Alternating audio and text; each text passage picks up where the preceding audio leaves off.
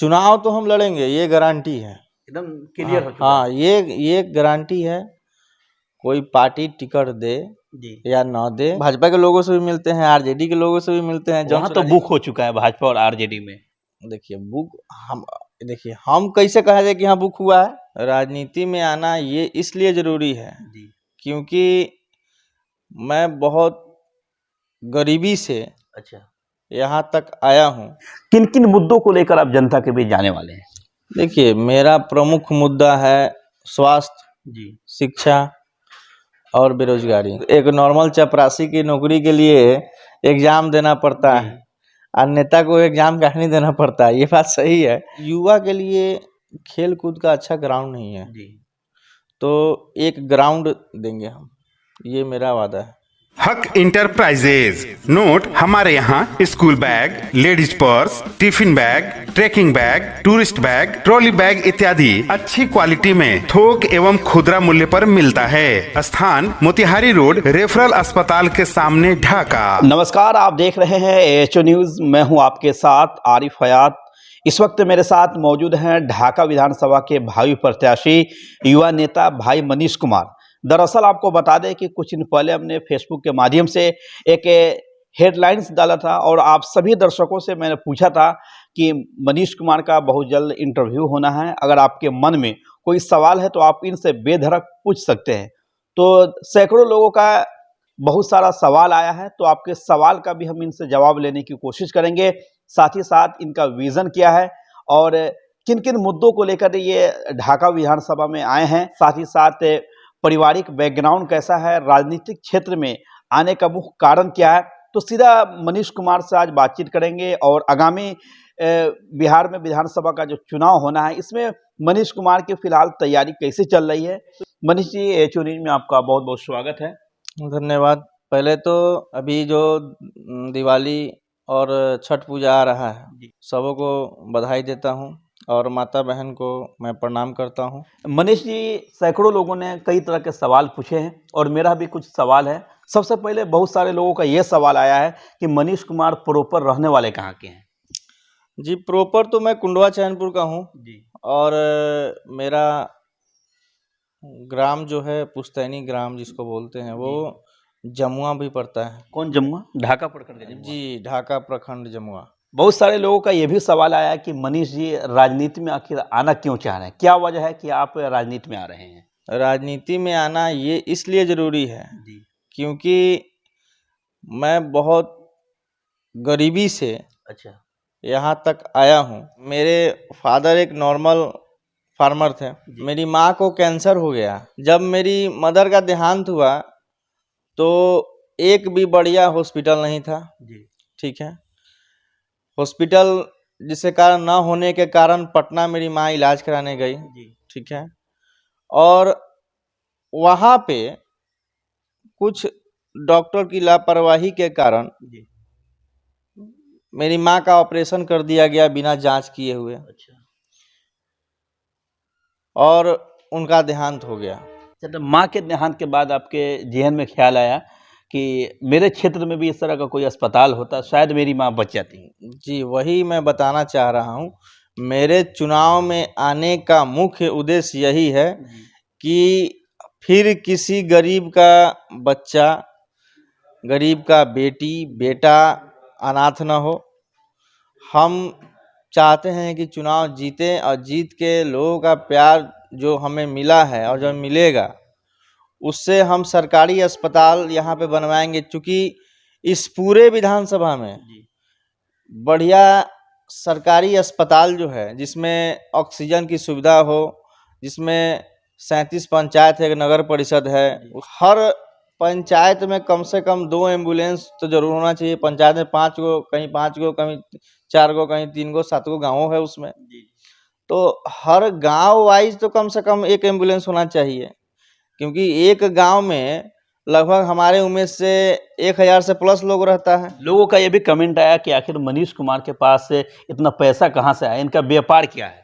देखिए, व्यापार लगभग सन 2017 से मैं प्रॉपर्टी का और बालू का बिजनेस करता हूँ। जब मनीष जी, बहुत सारे लोगों का कमेंट ये आया है कि मनीष जी का एजुकेशन और हेल्थ को लेकर के क्या सोच है? देखिए, एजुकेशन सबसे पहला मुख्य पड़ाव तो यही होता है, किसी भी बच्चे का भविष्य अगर बनाना है, चाहे बनता है, जी। तो एजुकेशन सबसे ज़्यादा इम्पोर्टेंट है। मेरा बहुत आर्थिक तंगी था, फिर भी हम यहाँ से जा के पढ़ाई किए हैं। जी। हम आईएससी मैथ से पढ़ाई किए हैं जी। और पैसा ना होने के कारण हम बीएससी नहीं कर पाए, लेकिन आईएससी मैथ से पढ़ाई किए हैं। मेरे फादर बोले कि बेटा मेरे पास अब पैसा नहीं है। हम खुद उस कमेंट को पढ़े थे जी। कि बोल रहे थे कि एक नॉर्मल चपरासी की नौकरी के लिए एग्ज़ाम देना पड़ता है और नेता को एग्ज़ाम काहे नहीं देना पड़ता है। ये बात सही है। अब देखिए, ये तो सिस्टम की बात है, ये तो मेरे अकेले की चीज़ नहीं है, लेकिन इस चीज़ से हम समर्थन करते हैं कि हाँ भाई, एग्ज़ाम होना चाहिए, क्या नहीं होना चाहिए। एक और व्यक्ति हैं जिनका कमेंट है कि आपका विजन क्या है, किन किन मुद्दों को लेकर आप जनता के बीच जाने वाले हैं? देखिए, मेरा प्रमुख मुद्दा है स्वास्थ्य, जी। शिक्षा और बेरोजगारी। चूँकि कोई ऐसा घर नहीं है जिसमें एक व्यक्ति बीमार नहीं है। एक नॉर्मल डॉक्टर का फीस 500 रुपया है और इसमें सबसे ज़्यादा अगर कोई मर रहा है, मिडिल क्लास और गरीब लोग मर रहे हैं, क्योंकि उनकी आर्थिक इनकम तो सीमित है और खर्च ज़्यादा है। एक व्यक्ति का कमेंट आया कि मनीष कुमार जी के पास बेरोजगार युवाओं के लिए क्या प्लान है? अभी तो हम विधानसभा का चुनाव की तैयारी कर रहे हैं। जी। और मेरा भाई लोग, मेरा गार्जियन लोग अगर हमको उस ओहदे पे पहुंचाता है, अगर आप विधायक बनते तब जी, का प्लान क्या होगा? जी, तब का प्लान ये है कि जैसे सरकार से मिलके, जैसे गवर्नमेंट जिसकी गवर्नमेंट रहेगी, मान लिया कि अभी बहुत सारी पार्टियां हैं, उनकी अगर गवर्नमेंट रहेगी और उससे हम मिलते हैं, तो हम अपना प्रस्ताव रखेंगे, विधानसभा में बोलेंगे कि हाँ देखिए, मेरे क्षेत्र का बहुत सारा युवा जो बेरोजगार हैं, उनके लिए बिजनेस के लिए कुछ पर्सनल कुछ काम किया जाए, क्योंकि बेरोजगारी इसी तरीके से हट सकती है। सरकारी जॉब तो आपको कोई नहीं दिलवा सकता है इतना। लगभग आप पिछले 2-3 वर्षों से क्षेत्र में बने हुए हैं, लोगों से लगातार आप मिल रहे हैं। जब लोगों के बीच आप जा रहे हैं तो लोगों की किस तरह का रिस्पॉन्स आपको मिल रहा है और उनकी क्या समस्याएं निकल कर सामने आ रही है आपके बीच? लोगों के बीच में जाना, लोगों के बीच में जाकर उनकी समस्याओं को सुनना, और जहाँ तक मेरी कैपेसिटी, जहाँ तक मेरा क्षमता है, वहाँ तक उन लोगों के लिए काम करना, ये मेरा प्रथम कर्तव्य रहता है। और रही बात की प्यार तो बहुत मिलता है। और लोग क्या कह रहे हैं? लोग कह रहे हैं कि अरे घर का बेटा है, घर का भतीजा है, घर का भाई है, तो घर को छोड़ के बाहर थोड़ी देखेंगे। लोगों का कमेंट आ रहा है कि मनीष जी अभी तक क्लियर नहीं कर पाए हैं कि वो भाजपा गठबंधन से तैयारी कर रहे हैं या महागठबंधन से तैयारी कर रहे हैं या फिर जनसुराज से या निर्दलीय लड़ेंगे। चुनाव तो हम लड़ेंगे, ये गारंटी है, एकदम क्लियर हो चुका हाँ, ये गारंटी है। कोई पार्टी टिकट दे या ना दे, इसमें कोई दोहराई नहीं है कि हम चुनाव लड़ना ही लड़ना है। बातचीत कहाँ हो रही, किस गठबंधन में? देखिए, अभी तो इस पे हम कुछ ज़्यादा नहीं बोलेंगे, क्योंकि बातचीत क्या हो रही है, नेता का तो बहुत सारा बात होता है। तो उसमें पार्टी से, जिस पार्टी से हम टिकट लेके आएंगे, तभी लोगों को तभी लोग पता चलेगा। अभी बोलने से क्या होगा? बोलने से हम बोल दें कि हाँ हमको फलाना पार्टी से टिकट मिल रहा है। 3 मुख्य काम जो ढाका विधानसभा के लिए जरूरी है, यहाँ की जनता आपको विधायक बनाती है, तो आप सर्वप्रथम उस 3 काम को करेंगे जल्द ही। सबसे पहला काम रहेगा मेरा स्वास्थ्य के प्रति हॉस्पिटल, शिक्षा के प्रति बढ़िया तैयारी करवाएंगे।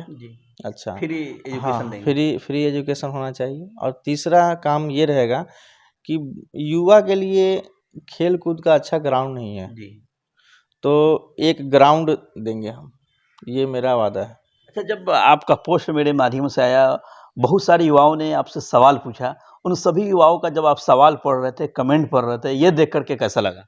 बहुत अच्छा लगा, बहुत अच्छा लगा कि मेरा भाई सब इच्छुक तो है, अरे देखिए, सबसे बड़ी चीज है कि हमारे बारे में जो मेरा भाई नहीं जानता है, जी कम से कम ये तो सोचा कि मेरा ये भाई कौन सा आदमी है। जी जी बिल्कुल। तो इससे हम बहुत खुश हैं। ये सवाल तो पूछा लोग हमसे, सवाल जब तक नहीं पूछेगा हमारे बारे में जानेगा कैसे लोग। हम बहुत खुश हैं, बहुत अच्छा लगा हमको। अच्छा, लग रहा है कि इस पर ढाका में एक नौजवान का पलड़ा भारी होगा और ढाका में इस पर परिवर्तन होकर के रहेगा। वो तो हम नहीं बता सकते हैं ना, वो तो जब बताए हैं आपको आप कि मेहनत कर रहे हैं 3 वर्षों से, कुछ तो लग रहा होगा। जी, मेहनत करना तो मेरा काम है, जी देना ना देना ऊपर ऊपर वाला जानते हैं। वो मेरे हाथ में नहीं है ना, जो चीज़ मेरे हाथ में नहीं है उसका हम क्यों चिंता करें। चलिए, तो मेरे माध्यम से 21 ढाका विधानसभा के जो तमाम वोटर हैं, तमाम लोग हैं, आपको चाहने वाले लोग हैं, उनसे क्या अपील करना चाहेंगे? यही अपील करना चाहेंगे कि आपका बेटा, आपका भाई, आपका भतीजा आया है चुनाव लड़ने के लिए, तो आप लोग का समर्थन और प्यार चाहिए। और एक नया समाज बनाने के लिए, एक नया विधानसभा बनाने के लिए सबसे पहले चुनाव खुद को लड़ना पड़ता है। एक नया समाज का निर्माण कब होता है? जब इंसान खुद में परिवर्तन हो। अपने को बेहतर बनाएंगे तभी तो दूसरे को समझाएंगे ना। तो खुद से हम लोग अपना देखें कि हाँ, विधानसभा में क्या कमी है और कौन इस चीज़ को दूर कर सकता है। लग रहा है कि इन सब चीज़ों को दूर करने के लिए मनीष कुमार अब आ चुके हैं मैदान में। मैदान में तो आ चुके हैं मनीष कुमार, मैं 3 साल पहले ही आ गए थे मनीष कुमार। अब मेरे गार्जियन लोग डिसाइड करेंगे। चलिए, तो अपना कीमती समय देने के लिए शुक्रिया आपका। धन्यवाद सर। अब देखने वाली बात ये होगी कि जब 2025 में बिहार में विधानसभा का चुनाव होगा, जब मनीष कुमार यहाँ से नामांकन दाखिल करेंगे, लोगों के बीच जाएंगे, जब चुनावी परिणाम सामने आएगा, क्या यहाँ के वर्तमान विधायक और पूर्व विधायक को ये चुनौती देकर विधायक बनने में कामयाब हो पाते हैं या नहीं, ये तो आने वाला समय ही बताएगा। फिलहाल अब तक के लिए इतना ही। हमसे जुड़ने के लिए आप सभी का शुक्रिया।